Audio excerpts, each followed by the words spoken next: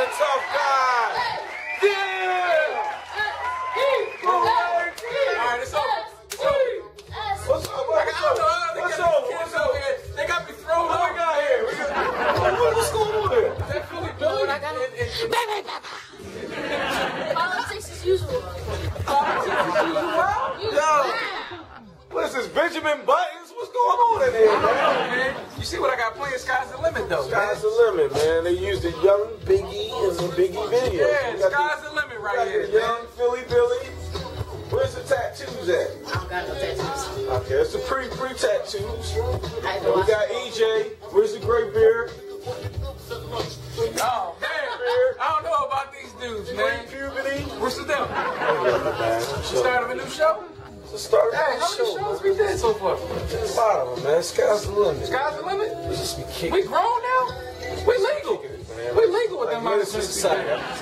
That's crazy. Man. But still, Ain't nothing. You want to talk. You told me to we talking about hip hop, we talking about music, we talking about sports, we talking about R&B, we talking about folk music. You told me to talk about the Flyers. The Flyers? Yo, I just started watching the Flyers, man. They into the second round. I chose to watch the Knicks. The Knicks versus who? Atlanta. Oh, they got about that 1 point game. Yeah, I chose. That was a good game. That's a choice. But you gotta watch the Flyers. We from around the way though, man. I will watch them. I'll watch them. It was exciting though. I can't even front. They finished out the series. They beat 4-2. They beat Pittsburgh. They're going on to the second round. It's a couple players that I actually know on the Flyers. I don't know them, but I knew their names. Like when they was playing, I was like, oh, I remember that name. That's great. Especially Yager. Yager's the old school. He's been in the game for a long time. Vladimir Yager. Like he's been in there since we was playing Live 95 on Super Nintendo. You know, that reminds me, since we want to go old school, let's go to your boy EJ. When he was kicking it, I don't even know where he was kicking it at. It was some studio. He was kicking the science? He was kicking the studio. He was dropping science. He was dropping science. Who did drop the science? Huh? Who made drop the science? I know dropping Adams. Wait a minute, Breaking Adams? Breaking Adams. Get it together, man. Come on, man. How about I taught this boy better than this? Be what you want.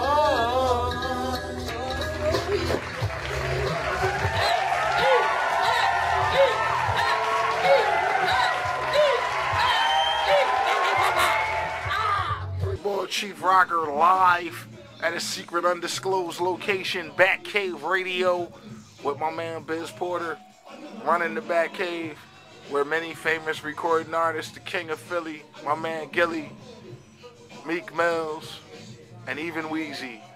And last week, Will Smith, a la Kobe, trying to return to his Philadelphia roots and actually came to the Batcave to spit a few bars. It's your boy Chief Rocker, EJ, Be at Ease, YachtyBox.com, Comcast Cable Channel 66, every Saturday, 6 o'clock.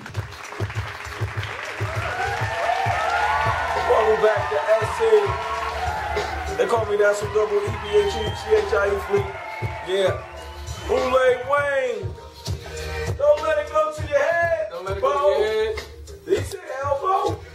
Elbow. Shout out to Ron Artest, Queensbridge. He's running our test again? After the elbow, he's running our test again. That's Queensbridge finest.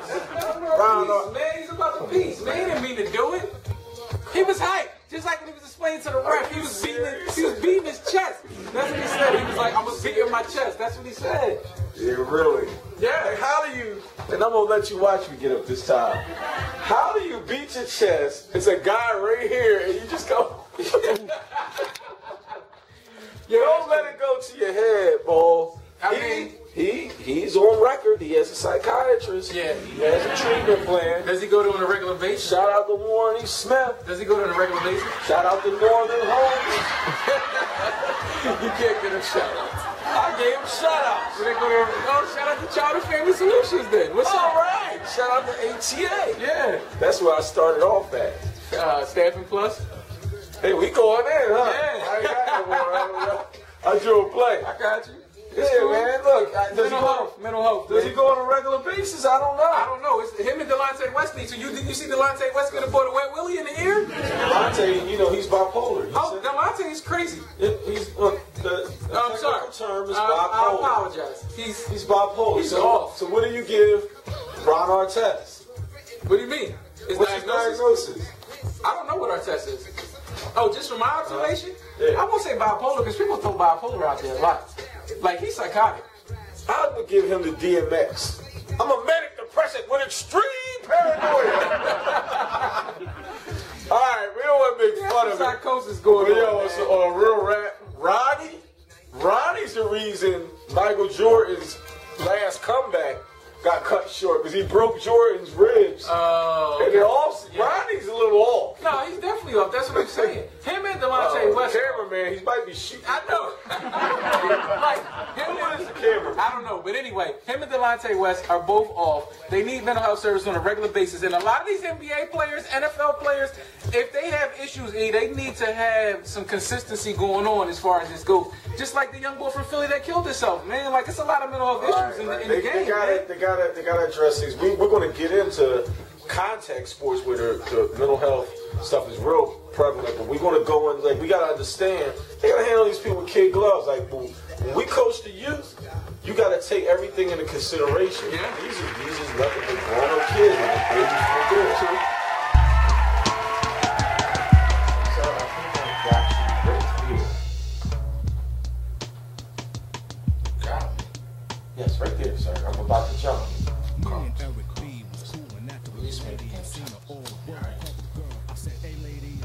Play the game, right? I need you to play the game. Sir, you're very good. I just want to point that out. You're very good. I got one and you got two, sir. What's up, man? See y'all rolling up on me once again, huh? So here trying to play the game, you know what I'm saying? It's not the cats that don't play the game, but they want another piece, right? Of course. Let me get right. Sir, put it in reverse. I usually light you up first, sir. Took it light for you, sir, today. Very light. Yeah, I see, man. That's because you're losing the game.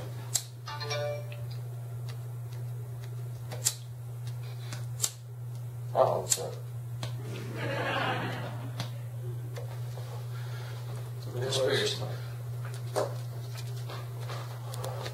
I need you to play the game just like I need these athletes to play the game, man.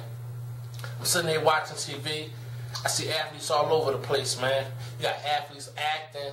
Listen, man, put down the script and pick up a playbook, man. Play the game. I also got players on reality shows, basketball-wise, baseball-wise. Come on, man. Sooner or later, you're going to be the wife. Play the game. Carter, are you playing the game? Sir, I think it was your turn, but I will take that jump, sir. I don't like the fact that I had the lighter piece that you want to see. Red for red, all right? Okay, sir. Black for black, all right? I value my job, sir.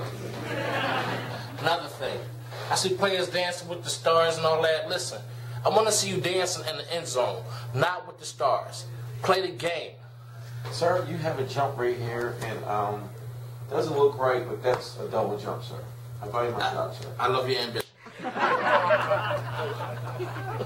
got Deshaun Jackson rapping. Come on, man. You want a contract with the Eagles or a contract with Def Jam? Play the game.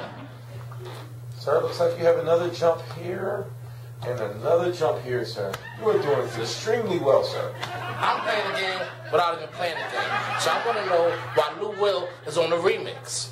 All right? Listen, I need 16 points, not 16 bars. Play the game. Sir, you became a king, sir. And you jumped me again, sir. Sorry, sir. That's the game. Playing the game. It's your boy She, with Yeah I Said It on Sports Enthusiasm. You can check me out on YouTube at your boy She. Follow me on Twitter at Don't Trust Chicks. Deuces. Sir, you have beaten me for the 342nd time, sir. Sorry, sir. I'm good at this game.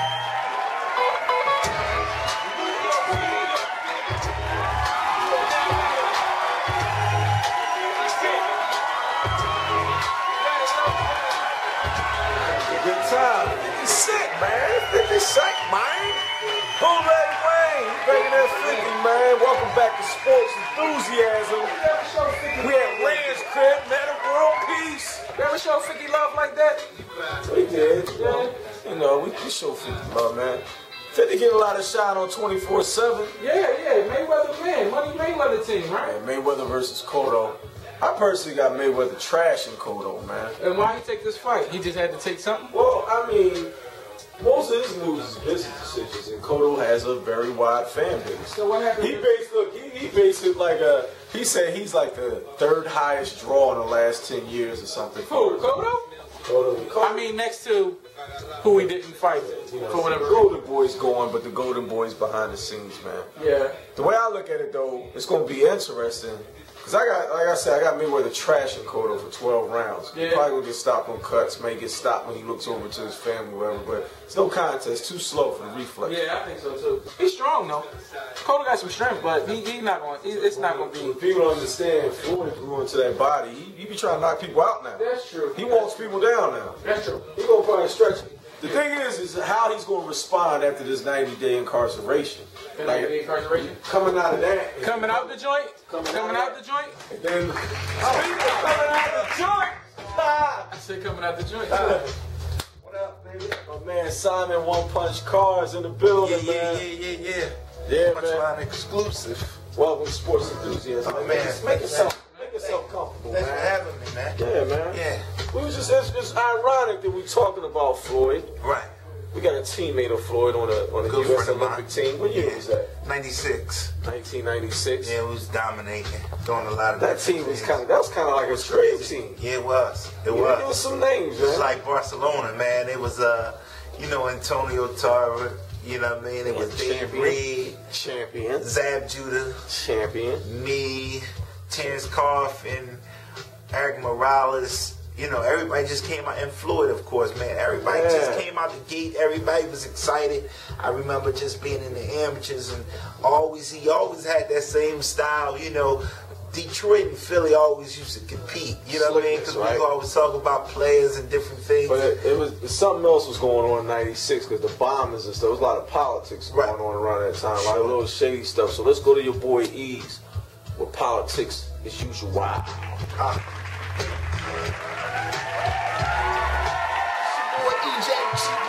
Live, Comcast Cable, Channel 66 Sports Enthusiasm, coming at you live with my updated segment of Politics as Usual, where sports, greed, confusion, politics, and economics balls up into one big bundle of confusion and chaos. And today, we're not talking about mojitos. We're not talking about coochie fritos. We're not talking about Telefollow Stevenson. We're not talking about beautiful butt-naked women. But we are talking about an island where they come from. Cuba, home of Cubanos, homes of El Cocaine, and also home of the Cuban Revolution, and also home of many, many great baseball players. And today, we're going to be talking about baseball. Been very, very good to me. And you know who runs Cuba? Fidel Castro. Cuban Revolution, 1959. 1959. You saw it in the movie The Godfather. Part 2, when Michael Corleone and the mob invade the island. And at the end, they get chased off the island. Who chased them off the island? Fidel Castro in the revolution. Kicked out GM, kicked out Cadillac, kicked out all the capitalistic interests, and turned the country communist. You know what communism means? Russia, the big bad bear, the Cuban Missile Crisis, Nikita Khrushchev, we will bury you! The Cold War, Castro, the United States hates him. For years they try to kill him. You saw it in Scarface. What happened? Castro sent his jails full of rejects and criminals and psychopaths to America. You saw it in Scarface, Tony Montana. And the same thing happened with the founding of the United States. They sent their criminals here, but you call them our founding fathers. Anyway, I digress. Cuba, baseball, Ozzie Guillen. You heard what he said. He said that he admired Castro. And the entire major leagues went crazy.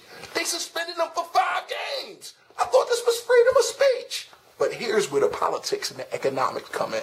The Miami Marlins team that he manages plays where? Miami. And what is the largest economic and political population in Miami? The Cubans. And what do they have? Money. Because they left Castro's communist Cuba, and they love the United States. And they hate Castro. And the United States hates him. And he's 90 miles off the coast of Florida, and he's still there. They haven't killed him yet. And to me, When the most powerful country in the world wants you dead, you see what happened to Osama. You see what happened to Saddam. You see what happened to Gaddafi. But Castro is still there. And we're still smoking his cigars, eating his bananas, and taking private chips to have sex with his wife. This is EJ Live, Comcast Cable, Channel 66. Viva Fidel. Viva Che Guevara. And death to the opposition. Every day I'm hustling, hustling, hustling, hustling, hustling, hustling, hustling, hustling, hustling. It's an everyday grind on Sports Enthusiasm. Welcome back. Please back up. I sick my boy on you signing One Punch Carr. How you get that name, man? One Punch, man, that was a name given to me as, you know what I mean, when I was real young, probably about like 12. The elders in the gym used to call me One Punch behind the fact that one part of my style was a boxer, other part of my style was a puncher. And they couldn't put it all together, so they called me One Punch. Okay, both parts of the game. So sure. You started at, you say like 12 years old? Yeah, started boxing at 12. Where at? Philadelphia. What part? South Philly. Gotta shout out your section. Yeah. South Philly. Yes. Shout out to Anthony. Shout out to Anthony Meadows, who gave me a lot of grief about the grass in West Philly. That's a P. Shout out to your boy She. Yeah, so all right. Okay. So take us through the path that got you to the Olympics. Okay. Yeah, well, you know, basically, you know what I mean, a basic story, you know, coming up in the fragmented structure, you know what I mean, of the ghetto, man, and just, you know what I mean, rumbling.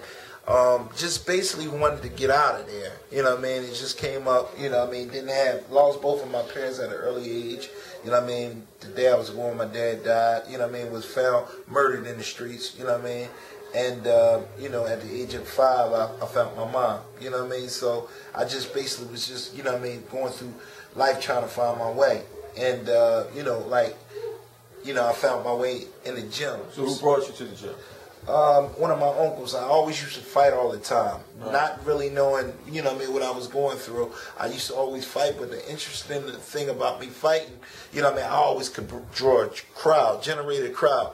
And one day I'm fighting in front of my house, my uncle come and break up the, you know what I mean, the fight. And he said, you know what I mean, pull me inside. He said, man, you fight so much, you know what I mean, why don't you go to a gym? You know what I mean, if you fight so much, you might as well get paid for it. So I went to a boxing gym and I never looked back. All right, so you end up at the Olympics. Give us just a quick synopsis of the vibe dealing with like that team. Okay. And how did you do at the All right, Olympics? well, 48-3. I mean, I was on the eve of me going to the Olympics, being an Olympic alternate.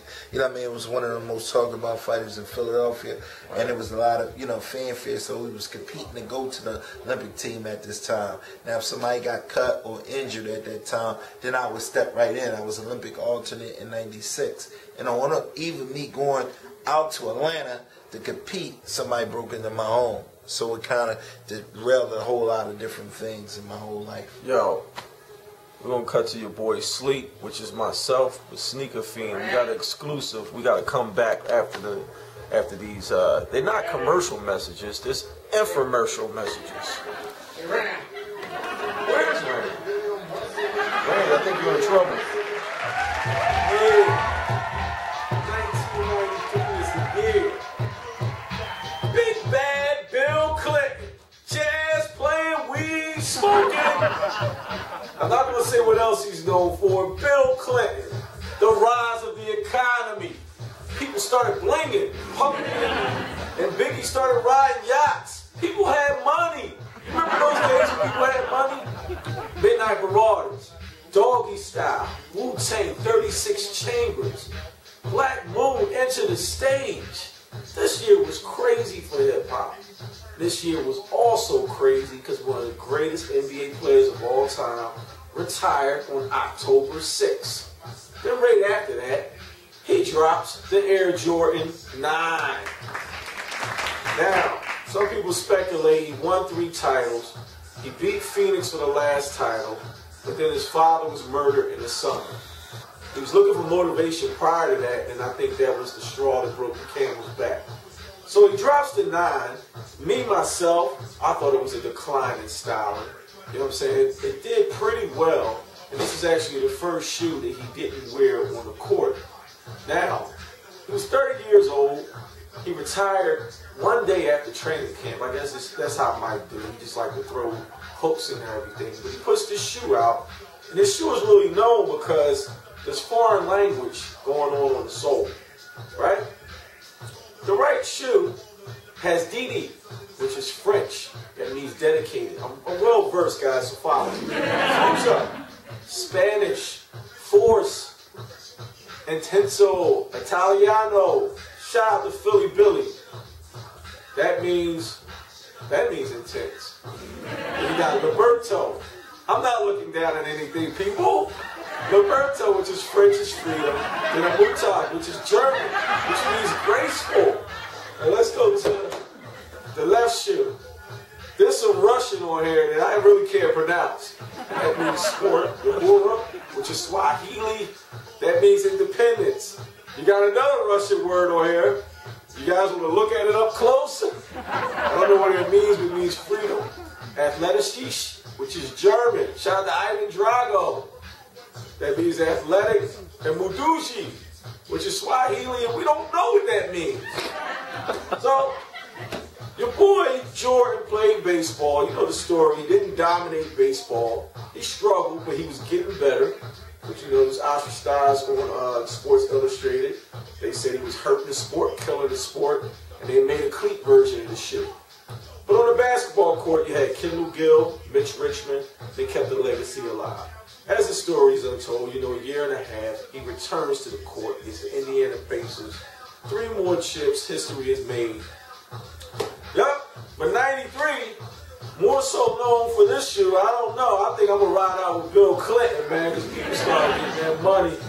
And the boom back was banging heavy. Shout out to Bill Clinton, man. He's a hard